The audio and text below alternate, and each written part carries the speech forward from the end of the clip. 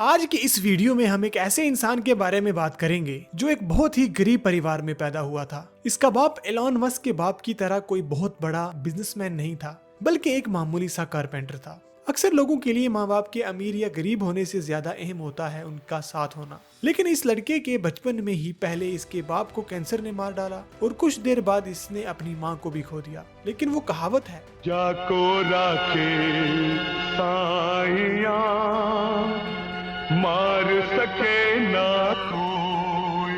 आज यही बच्चा इतना बड़ा बिजनेसमैन बन चुका है कि इसके ब्रांड ने पूरी दुनिया को हिला कर रख दिया है। एक टाइम था इलॉन मस्क ने इसका मजाक उड़ाया था।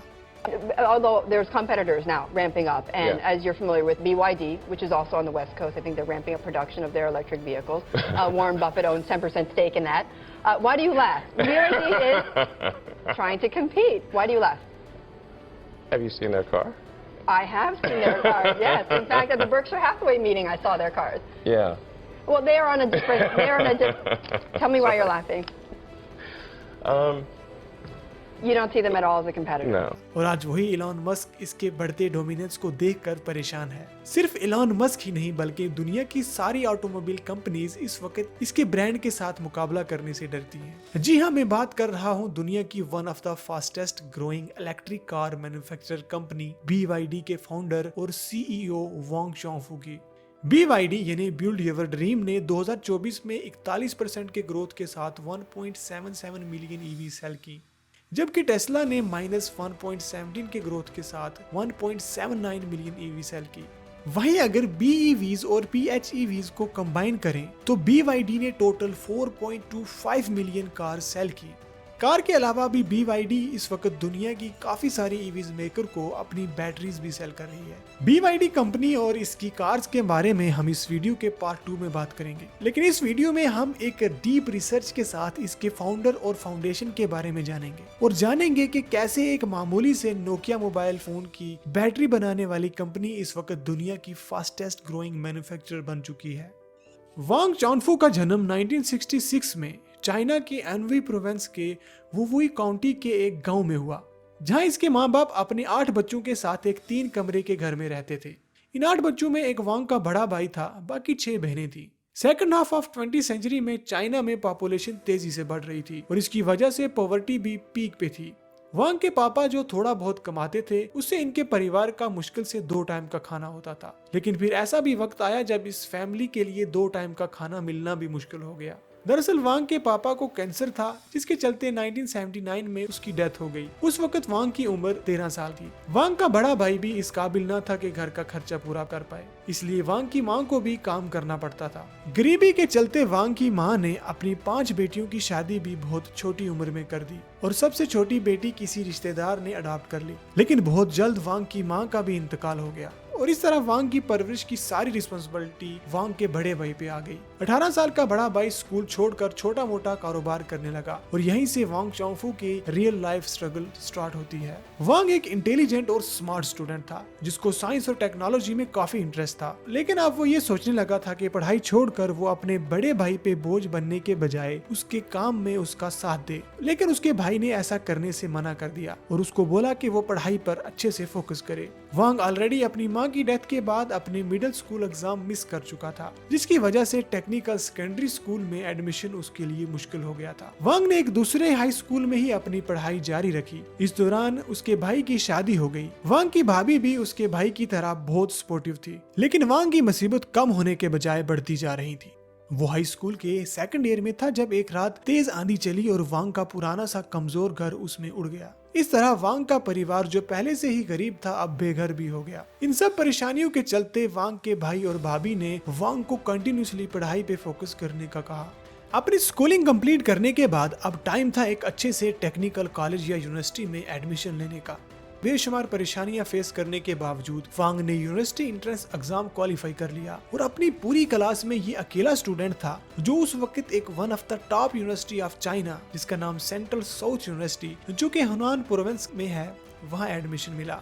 यहाँ वांग ने मेटलर्जिकल फिजिकल केमिस्ट्री में अपना बैचलर कोर्स शुरू किया। उस वक्त वांग की उम्र 17 साल थी। वांग बचपन से एक इंट्रोवर्ट चाइल्ड था और अपने गाँव में लोग उसे म्यूट कहते थे, लेकिन यूनिवर्सिटी में आने के बाद वांग की पर्सनैलिटी पूरी तरह से बदल गई।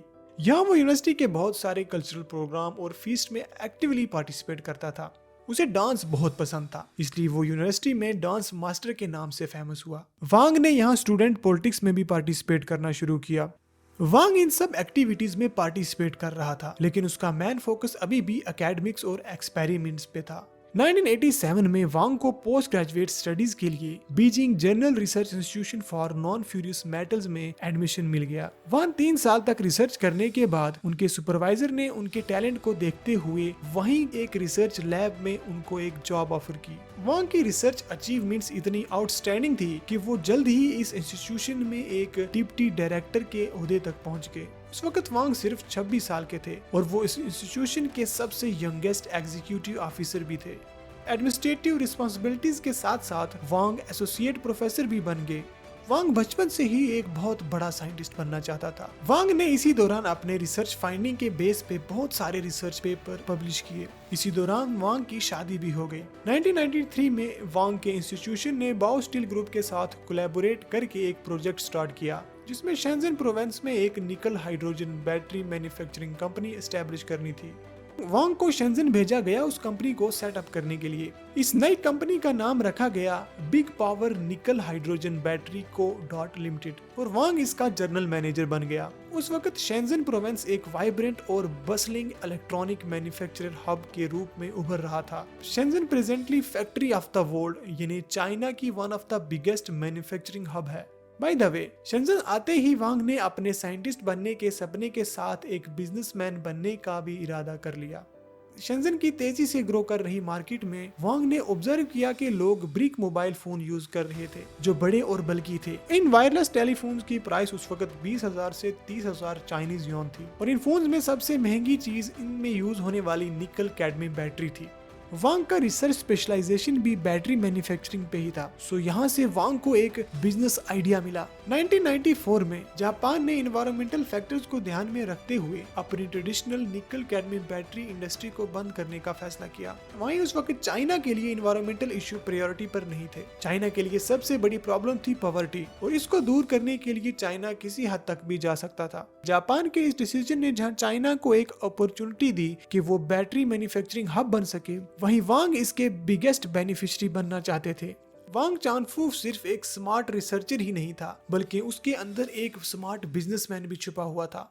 उसने कैलकुलेशन कर ली कि जापान की इस पॉलिसी शिफ्ट के बाद दुनिया में निकल कैडमियम बैटरीज के लिए एक बहुत बड़ा सप्लाई डिमांड गैप होने वाला है। जो भी इस इंडस्ट्री को टेक ओवर करेगा उसके लिए ये एक बेहतरीन प्रॉफिटेबल बिजनेस अपॉर्चुनिटी होगी। वांग ने अपनी कंपनी यानी बिग पावर के सामने एक प्रपोजल रखा, जिसमें उसने ये सजेशन दिए कि इस वक्त इस कंपनी को बैटरी मैन्युफैक्चरिंग इंडस्ट्री में एंट्री करनी चाहिए, लेकिन उनकी कंपनी ने उनके इस प्रपोजल को इग्नोर कर दिया।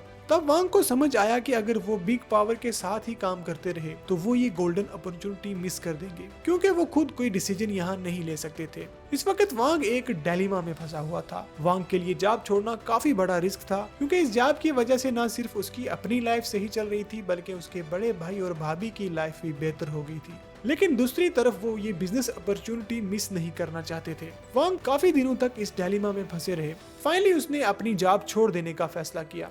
उस वक्त वांग की उम्र 28 साल थी और इस तरह यहाँ से वांग का एक नया सफर शुरू होता है, जो आगे चल के BYD से होते हुए गुजरता है। इस वीडियो में हमने वांग चांगफू की शुरुआती जिंदगी के बारे में डिस्कस किया और जाना कि कैसे एक मामूली सा गरीब बच्चा एक बहुत बड़ा साइंटिस्ट बनता है। क्योंकि जॉब छोड़ने के बाद वांग की लाइफ का एक अलग पार्ट शुरू होता है, जहां BYD एक छोटी सी मोबाइल बैटरी मैन्युफैक्चरर कंपनी के रूप में एस्टेब्लिश होती है और फिर कुछ ही सालों में दुनिया की वन ऑफ द बिगेस्ट और मल्टी डायमेंशनल कंपनी बन जाती है। वो सब इस वीडियो के पार्ट 2 में डिस्कस करेंगे। इसका लिंक आपको नीचे डिस्क्रिप्शन में मिल जाएगा।